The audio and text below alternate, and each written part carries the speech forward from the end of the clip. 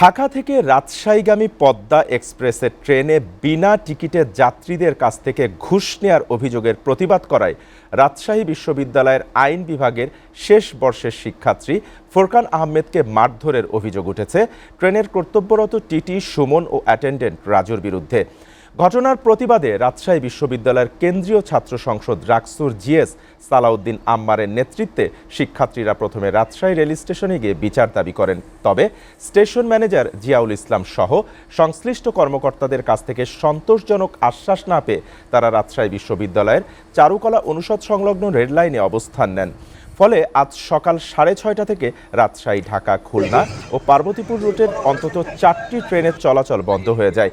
আন্দোলনকারীদের দাবি, অভিযুক্ত টিটি সুমন সহ সংশ্লিষ্টদের উপস্থিত করে দৃশ্যমান ব্যবস্থা না নেওয়া পর্যন্ত রেললাইন অবরোধ প্রত্যাহার করা হবে না।